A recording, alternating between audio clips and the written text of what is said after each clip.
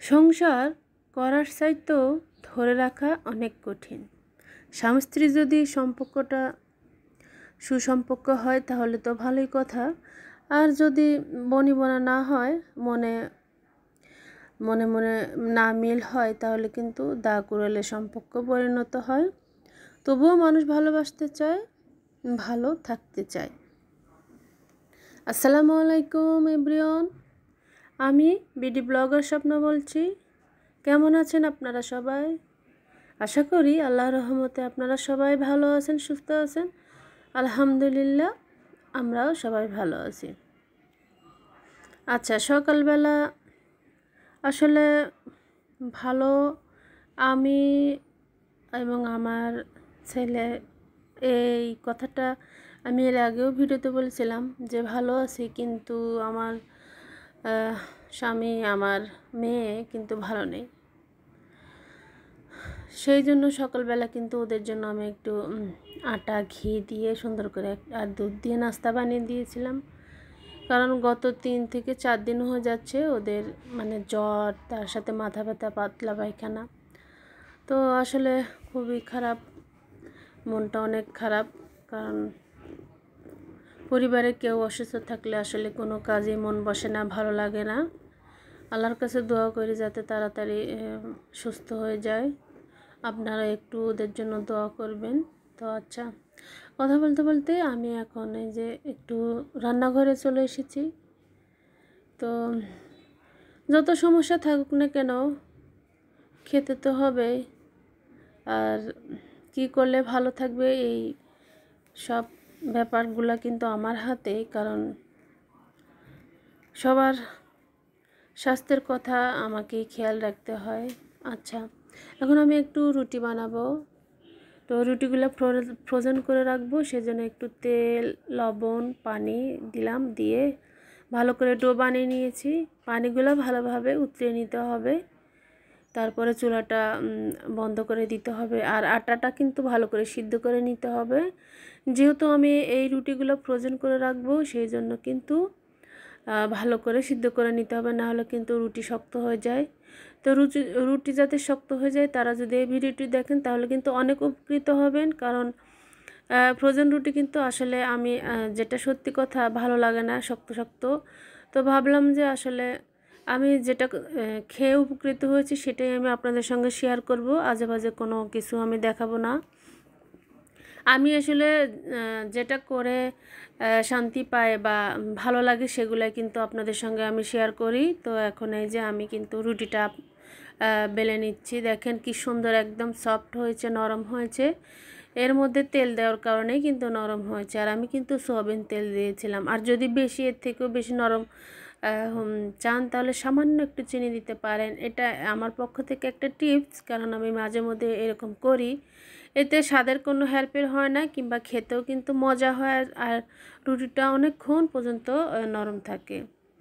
আর আমি তো আগে একেবারে রুটি বানাতে জানতাম না, কারণ বাবার সংসারে তো রাজরানীর মতো থাকতাম, আর স্বামীর সংসারে সে চাকরানির মতো থাকছি আর কি। আচ্ছা, যাই হোক, মজা করছিলাম। কারণ রাত দিন 24টা ঘন্টা সার্ভিস দিতে দিতে দিতে অবস্থা খারাপ। তো করা তো কিছু নাই, এটা আমাদের সংসারের কাজকর্ম, পেশা এবং নেশা। এ সমস্ত কাজ কিন্তু ভালোবেসেই করি। কারণ যদি ভালোবাসা না থাকে, আর আপনি যদি শান্তি না পান, স্বস্তি না পান, তাহলে কোনো কাজই কিন্তু আপনার মানে ভালো লাগবে না। তো আমি যেহেতু এটা আমার নিজের সংসার, নিজের সংসারে কাজকর্ম হোক সেটা ভালো বা মন্দ, তো সেটা আমাকেই করতে হবে। আর এটা কিন্তু আমি খুব তৃপ্তি সহকারে আমি করে থাকি, ভালোবেসেই করে থাকি। কারণ সংসার আসলে আমরা যারা সাংসারিক মহিলা, কাজটা যত কঠিন হোক না কেন, আনন্দের সঙ্গে করার চেষ্টা করি। আর এই যে দেখেন, আমি কিন্তু কথা বলতে বলতে আমি রুটি ভেজেছি। আমি কিন্তু একদম সম্পূর্ণ কুক করিনি, এটা একটু বেশি কুক হয়ে, আর বাকিগুলো কিন্তু একেবারে এই যে দেখেন অনেক সুন্দর মতো হয়েছে। আর এরকম করে রাখলে নিচে একটা টিস্যু দিয়ে রেখেছি। রুটিটা কিন্তু 12 থেকে 20 দিনের মতো খাওয়া যাবে। যার যেরকম মানে সমস্যা নাই, ফ্রিজের মধ্যে রাখলে কিন্তু কোনো কিছু হবে না, আপনার যখন ইচ্ছে তখন বের করে খেতে পারবেন। আর আমি এখন এই যে নর্মালে বানিয়ে নিচ্ছি। তো আমি এক সপ্তাহের মতো বানাই, এর থেকে আর বেশি বানাই না, কারণ এক সপ্তাহ রুটি বানিয়ে রাখি, আবার শেষ হলে আবার বানিয়ে নিই। আচ্ছা, এখন আমি একটু রান্নাঘরটা আমি নতুনভাবে সাজাবো, তো যা আছে সেগুলাই একটু উলটপালট করে একটু অর্গানাইজ করার চেষ্টা করি। তো ভাবলাম একটু আপনাদের সঙ্গে শেয়ার করি। তো এটা আমার একটা র্যাক।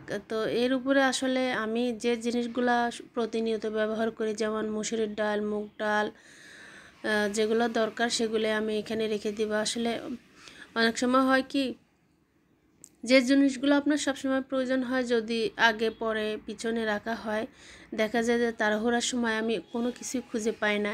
এটা আসলে আমার সাথে হয়, জানি না আপনাদের সঙ্গে হয় কি না। যেমন এই যে কাস্টার্ডটা আমি কিন্তু সামনেই রাখি, অথচ যখন দরকার হয় তখন কিন্তু একদম আমি খুবই তাড়াহুড়া করি, একদম মানে পাই না আর কি। তো সেজন্য ভাবলাম যে আজকে যেহেতু একটু আমার হাতে সময় আছে, তো আমি এগুলো একটু সুন্দর করে একটু ক্লিন করে নিই আর একটু সাজিয়ে নিই।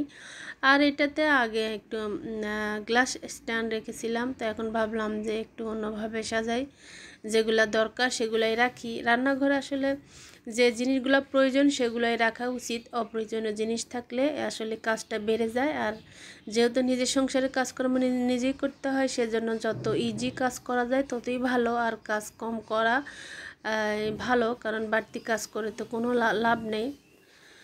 আচ্ছা, তো আমি কথা বলতে বলতে কিন্তু আমি যে জিনিসগুলো দরকার হয় সেগুলো এখানে রেখে দিচ্ছি। যেমন প্রতিনিয়ত আমার শুকনো মরিচটা লাগে, তেজপাতা লাগে, জিরে, এগুলো আমার অনেক কাজের একটা জিনিস, সেজন্য রাখলাম। আর এই যে খাবার সোডা, ওটাও আমি রেখেছি, প্রায় সময় নাস্তার আইটেমে কিন্তু লাগে, যেমন লুচি আমরা খেতে পছন্দ করি, তো একটু দিলে লুচিগুলো ফুলকো ফুলকো হয়। আর এটা নিম পাতা মাঝে মধ্যে খাই, কারণ যেহেতু আমার একটু অ্যালার্জির ভাব আছে, তো সকালবেলা খালি পেটে উঠে খেয়ে গরম পানির সাথে খেলে কিন্তু ভালোই হয়, উপকার হয়, চুলকানির ভাবটা একটু কমে।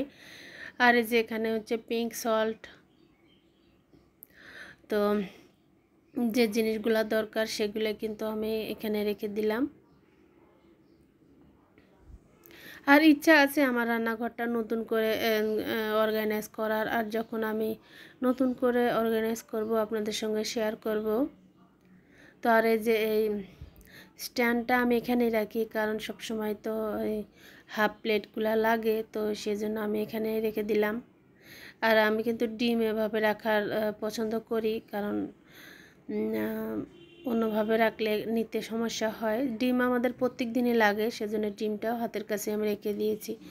আর গরম হাঁড়ি পাতি রাখার জন্য যে ম্যাটগুলো প্রয়োজন। আর এই যে এটা দেখেন, দই যখন আসছিল আমার বাসায়, দই নিচে রাখার জন্য এটা ছিল, তো আমি আর ফেলে দিইনি, এর উপর আমি পাতিলটা রাখি। আসলে আমার কাছে এইসব সিম্পল জিনিস আমার অনেক ভালো লাগে, যতক্ষণ কাজে লাগাতে পারবো লাগাবো, তারপর আমি যখন নষ্ট হয়ে যাবে ফেলে দিব।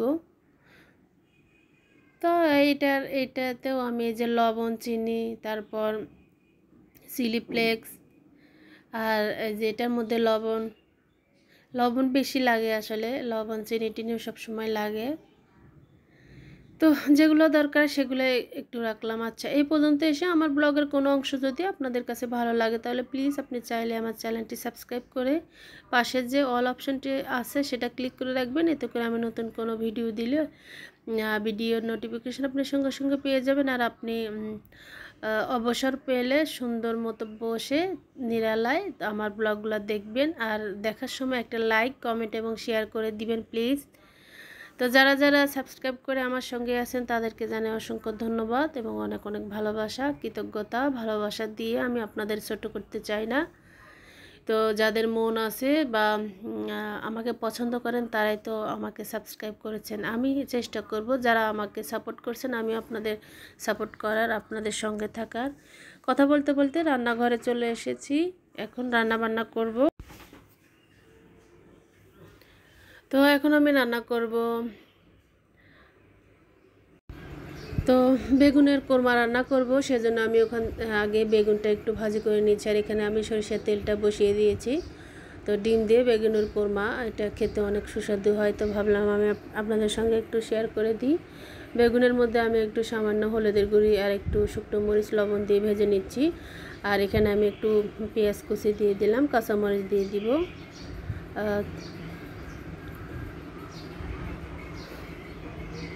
তো আমার সাথে আসলে নতুন নতুন আমার ব্লগের মধ্যে কিছু নতুন আপু ভাইয়ারা অ্যাড হচ্ছেন। তো সুন্দর সুন্দর কমেন্ট করছেন, তো আপনাদের জানাই অসংখ্য ধন্যবাদ। আসলে আমি সময় পেলে আমিও দেখার চেষ্টা করব, যেহেতু আমার হাজব্যান্ড আমার মেয়ে অনেক অসুস্থ, কারণ একটু সময় খুবই কম পাচ্ছি, খুবই তাড়াহুড়োর মধ্যে জীবনযাপন করছি। তো সংসারের সমস্ত কাজকর্ম নিজে করতে হয়, তো সেই ভাগ্যে আবার ভিডিও দেখা আসলে আমার জন্য অনেক কষ্ট হয়ে যায়। তো আমি একেবারেই পাই না, যেহেতু নিজের সংসারের কাজকর্ম নিজে করি। এই যে কথা বলতে বলতে আমি এখানে একটু, যেহেতু কোরমার মধ্যে বাদাম বাটা, তারপর মরিচের গুঁড়ি, আদা রসুন বাটা, জিরে ধনে এলাচি দারচিনি মিঠা জিরা শাহজিরা এগুলো আছে, এগুলো আমি একটু পেস্ট করে নিয়েছি। আর একটু শুকনো লঙ্কা আছে, তো একটু সামান্য পানি দিলাম, হালকা হালকা একটু স্বাদের জন্য আমি চিনি অ্যাড করে দিয়েছিলাম। এটা সব শেষে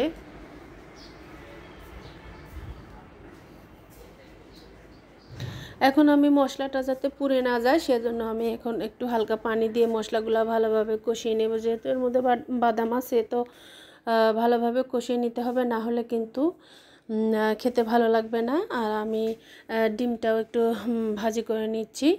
আসলে এই রান্নাটা একেবারে আমার মন গড়ার মতো, আমি আমার মতো করে রান্না করেছি। তো মাশাআল্লাহ খেতে খুবই সুস্বাদু হয়েছিল, সেজন্য ভাবলাম যে আমি আপনাদের সঙ্গে শেয়ার করে দিই, হয়তো কারো না কারো কাজে লেগে যেতে পারে। তো আমি আসলে খেয়ে অনেক আমার কাছে ভালো লেগেছে। যে রান্নাগুলা আমার কাছে ভালো লাগে বা মজা পাই, সেগুলো কিন্তু আমি তুলে ধরার চেষ্টা করি। আর এখানে আমি একটু সবজি রান্না করব, সেজন্য একটু, এটা হচ্ছে মাছ দিয়ে সবজি রান্না করব। তার জন্য আমি এখানে একটু বেগুন, মূলো আর যে সিম, আলু আর পানি দিয়ে আমি একটু কষিয়ে নিব। তরকারিটা আসলে যত ভালোভাবে কষানো যায় খেতে কিন্তু তত টেস্ট আসে। আসলে আমার ব্লগটি একটু বড় হয়ে গেছে, তো আপনাদের কাছে আমি সরি চেয়ে নিচ্ছি, কারণ বড় ভিডিও তো আপনারা কেউ দেখতে চান না।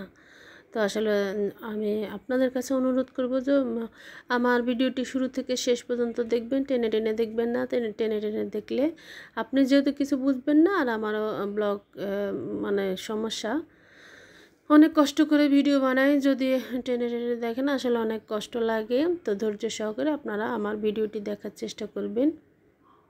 আচ্ছা, ওই পাশে কিন্তু ওই সবজিগুলো হচ্ছে, আমি মাছ দিয়ে যেটা রান্না করব। আর এখানে আমি যে কোরমার জন্য আমি আসলে ভুল বলেছিলাম, সরি, ওটা হচ্ছে সবজি মাছ দিয়ে রান্না। আর এই যে এখন দেখাবো যে সেটা হচ্ছে ওই যে কোরমাটা রান্না করব সেটা। আসলে ভিডিওর মধ্যে মানে ভুল ত্রুটি তো হয়, তো ক্ষমা সুন্দর চোখে দেখবেন প্লিজ। তো এখানে আমি একটু ওই যে বাদাম বাটা, তারপর আদা রসুন বাটা, ধনে জিরা, দারচিনি এলাচি লবঙ্গ, শাহজিরা এগুলো বাটা আছে, মরিচের গুঁড়ি, হলুদের গুঁড়ি, ধনের গুঁড়ি আর লবণ দিয়েছি, স্বাদ মতো একটু চিনি অ্যাড করে দিয়েছি। এটা শেষ, একদম সব শেষে। আর একটু যে সামান্য একটু গুঁড়ো দুধ দিয়ে দিলাম আমি, দিয়ে আমি কিন্তু যেহেতু বাদাম আছে, এটাকে ভালো করে কষিয়ে নিতে হবে। ভালোভাবে না কষালে কিন্তু এটা আসলে খেতে ভালো লাগবে না।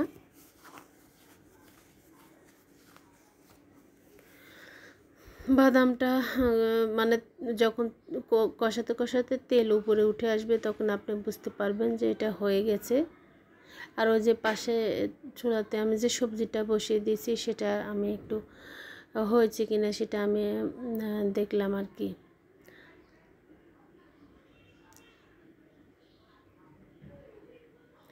আর এখন আমি এখানে একটু মাছটা অ্যাড করে দিলাম ওই সবজির মধ্যে, যে আমি যে বললাম যে মাছ দিয়ে রান্না করব। এটা হচ্ছে বল মাছের মাথা আর কিছু মাছ ছিল, সেগুলোই আমি সুন্দর করে জাল দিয়ে রেখে দিয়েছিলাম। তো জাল দিয়ে মাছ রান্না করলে আসলে আমার কাছে ভালো লাগে, সবসময় ভাজি করে ভালো লাগে না। আর এখানে আমি এই যেহেতু আমার বাদাম বাটাটা হয়ে গেছে, তো আমি এখন পানি দিয়ে দিলাম। আর এই যে বেগুনটা যে আমি ভেজে রেখেছিলাম সেটা আমি দিয়ে দিলাম, দিয়ে এখন ভালোভাবে এটাকে আমি কষিয়ে নেব।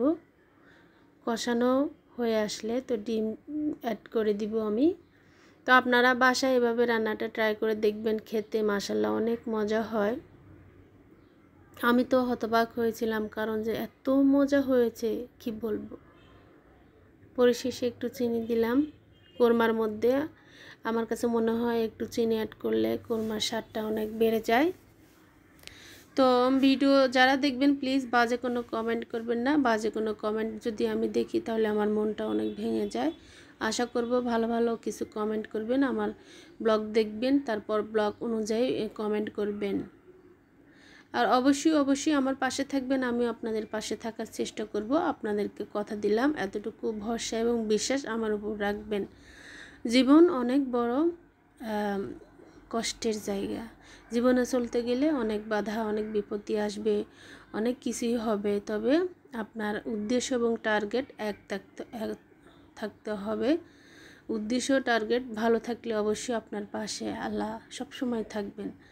আর যদি ধৈর্যহারা হয়ে যান, দিশেহারা হয়ে যান বা গরম হয়ে যান, তবে সেখানে কিন্তু যেটা হওয়ার সেটাও হবে না, বা কোনো কিছুই ভালো হয় না আর কি। সব কিছুতেই পরিশেষে বলবো ধৈর্য ধারণ করতে হবে। ধৈর্য ধরলে ধৈর্যের ফল অনেক সময় অনেক ভালো হয়। আচ্ছা, এখানে আমি একটু পেঁয়াজ কুচি, রসুন কুচি দিয়ে দিলাম, একটু শাক ভাজি করে নেব। সেই জন্য একটু এটা ছিলাম মূলার শাকটা আমি আগেই ভেপে নিয়েছিলাম, তো এখন আমি দিয়ে দিলাম। মূলার শাক খেতে আমাদের অনেক যে কোনো শাক খেতে অনেক ভালো লাগে। দেখেন মাশাআল্লাহ শাকটা অনেক সুন্দর হয়েছে। তো আচ্ছা, যাই হোক, কথা বলতে বলতে আমি ভিডিওর একেবারে শেষ প্রান্তে চলে এসেছি। আমার রান্নাবান্না অলরেডি ডান। এখানে যে সবজি দিয়ে মাছ রান্না, সালাদ আছে, শাক ভাজি, আর এই যে ডিমের কোরমাটা দেখেন অনেক সুন্দর হয়েছে খেতে, মাশাআল্লাহ অনেক মজা হয়েছিল। বাসায় এভাবে রান্নাবান্না করে পরিবারের সবাইকে নিয়ে খাবেন। ভালো থাকবেন, ভালো রাখবেন, আমার জন্য দোয়া করবেন। সবার প্রতি রইল অনেক অনেক দোয়া এবং ভালোবাসা। তো আমি ওদেরকে খাবারটা দিয়ে দিব, তারপর আমি শাওয়ারটা নিয়ে নেব, নামাজ কালাম সেরে তারপর আমি খেয়ে নেব। আচ্ছা, এমনি রিয়েল বিড়াল তো নেই, এই বিড়ালটা আমার কাছে অনেক ভালো লাগে, তো ওকে আমি সবসময় আমার চোখের সামনে রাখি। তো প্লিজ আপনারা দেখেন তো কত সুন্দর না। রিয়েল বিড়াল হয়তো খাবারের মধ্যে মুখ দেয়, ও কিন্তু মুখ দেবে না, অনেক কিউট।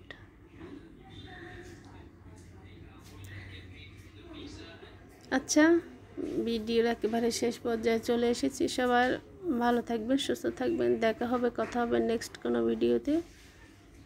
আর এখন এটা আমার হাজব্যান্ডের যে অসুখ, তো ওকে আমি একটু রং চা বানিয়ে দিয়েছিলাম আর ওষুধ মেডিসিন দিলাম, ও খেয়ে নেবে। ও আসলে কিছুই খেতে পারছে না। তো স্যুপ জাতীয় বা ফ্রুট এগুলোই আমি ওকে দেওয়ার চেষ্টা করছি। এখন সব দিকে ডেঙ্গু ম্যালেরিয়া হচ্ছে, সবাই এদিক থেকে সতর্ক থাকবেন, সাবধানে থাকবেন, ভালো থাকবেন, সুস্থ থাকবেন। আসসালামু আলাইকুম, আল্লাহ হাফেজ।